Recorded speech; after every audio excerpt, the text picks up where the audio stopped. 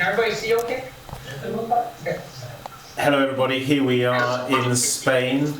My name is Simon Leach and I have a privilege to be linked up with a live webcast here to Eagle River High School up there in Alaska. Now, that's up near Anchorage, isn't it? Somewhere Anchorage way?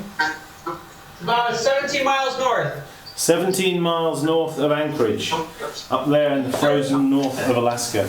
Well, here we are, we're using a little bit of the technology that is available to us these days to be able to do that. The goat has spoken. The goat is on its feet. Okay, well look, I'm going to join with you guys and I'm going to demonstrate just making a teapot here. So, let's get on and do the body.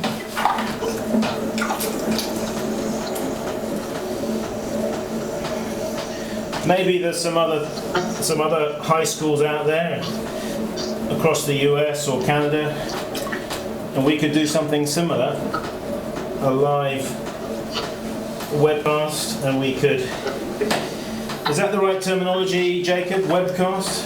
What do you call it? That'd be the way to call it, yeah. Okay, well, from Spain to Alaska, a teapot in the making. Anybody here that has to do a teapot for their final project?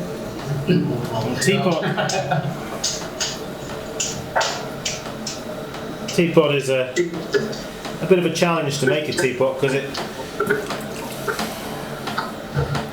quite a few different parts of a teapot that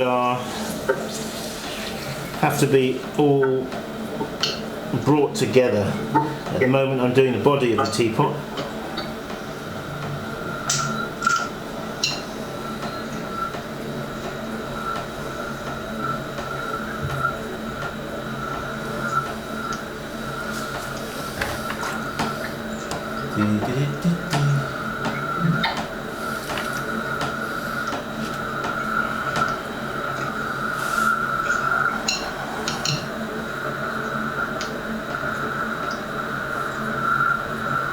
This is a round belly teapot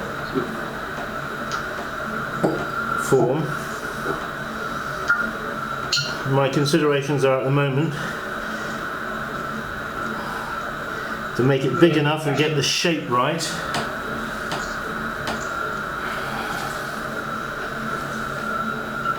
So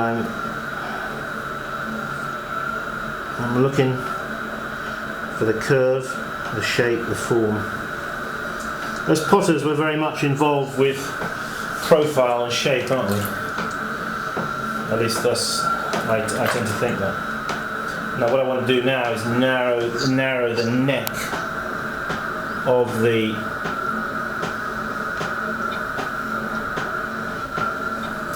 teapot in.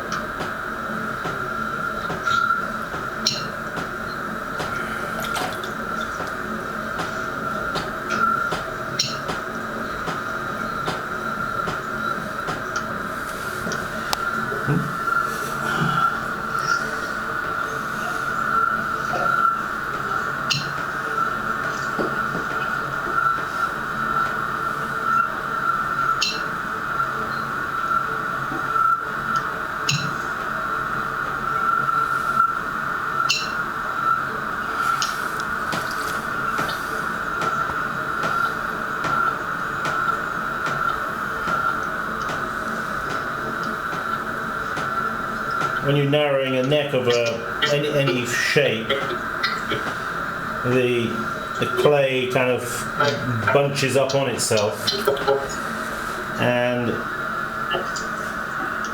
has, the clay platelets have got to slide over themselves in order to compress. Let's make the gallery there. This technique is actually important if you're trying to make anything when you're bellying it out and you're collaring the top as well. Does anybody ever collar a piece and have it kind of bunch up on itself? Right. It can kind of, when it bunches up, sometimes it can, when you're bringing it in, it can sort of ripple, can't it?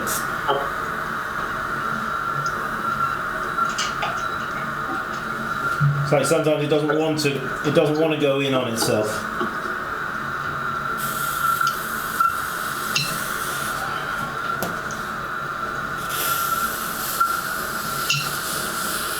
Okay, I'm leaving the base of the teapot because the base of the teapot is going to be trimmed in this case. So just using my throwing stick up the side of the teapot there, glancing into the mirror that I'm getting the shape as I want it. For those of you who aren't here, that remind me of like where his wheels set up, like to the front and to the left, he actually sets up a little person. And that way, as he's throwing that gear and see the profile of the pot, make sure he gets the shape just right. Rather than hopping up and kind of Okay, I've made the body of the teapot there. As I say, the base is going to be trimmed. I'm now going to take a measurement across the top here for the lid. So I'm using these calipers to assist me to get that measurement right. Okay, let's get in my wire, which is over there. Just going to cut this fella off.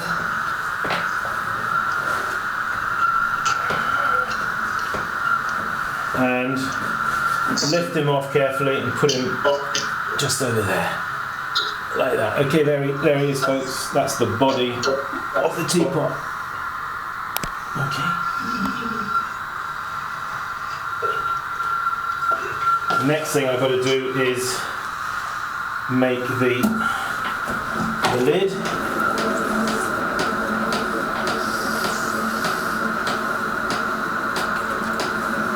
Just a flat shape,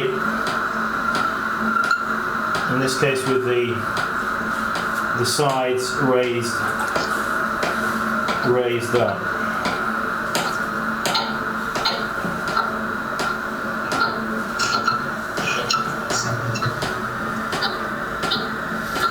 Taking my calipers, having a look.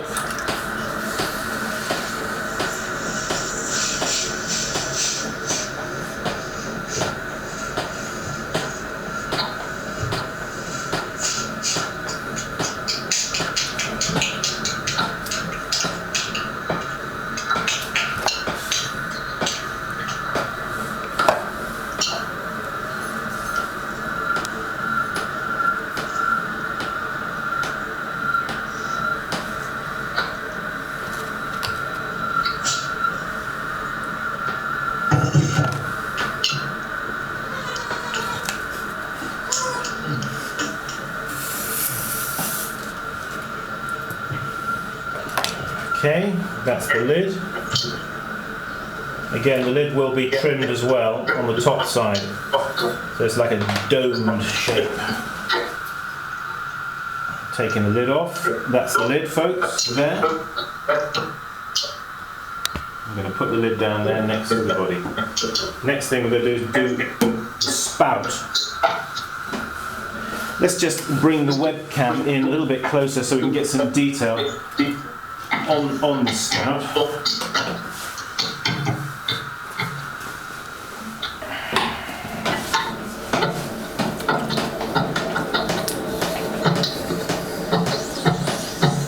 You're probably picking up some sound of my kick wheel.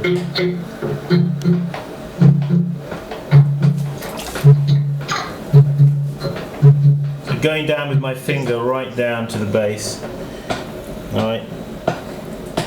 Widening, pushing across. Of course with a spout I throw right the way down to the wheel head. And now I'm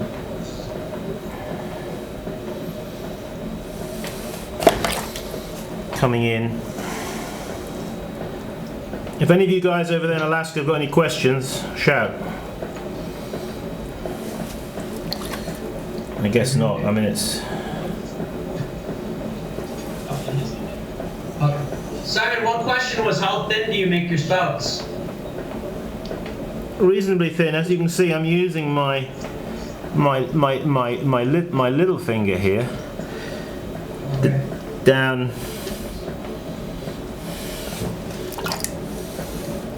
It's a case of pulling up and collaring in, you know. And each time you collar in, it gets thicker, so you've got to put your little finger down in there and then pull it up again. And it gets higher.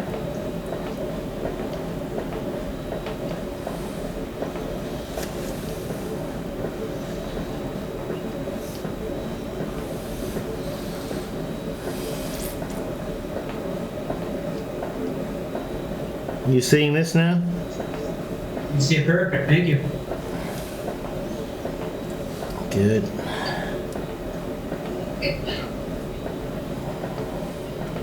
Hey, Leo, weren't you saying that you're actually doing the same technique and you're going to make a slide for a slide guitar out of it? Yeah.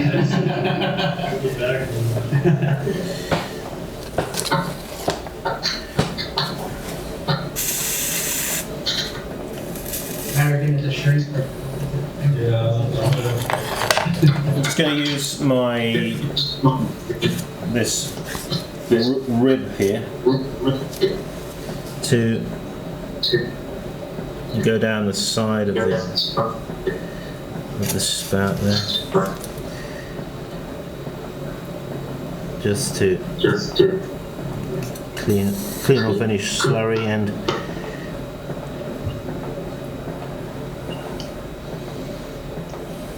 all right. So what I got to do now is get that off the wheel. I need that scraper. Thank you very much. Right, we're going to cut that one off. All right, and then I take the scraper, dip it in some water. With my left hand, hold it, put the scraper in underneath, like that, and off she comes. Oh, sorry, the camera's here. I didn't realise it was. All right, we're gonna put that down over there, right next to the body and the lid. Okay, there we have it. We have the teapot body, the lid, and the spout. They will be assembled when they're a little stiffer, a little drier. The actual spout, I will have to cut, of course, because the spout is going to go on there, but it can't go on there like that. Obviously, it's got to be cut at an angle, so it's sort of cocked up, you know. All right, so there we have those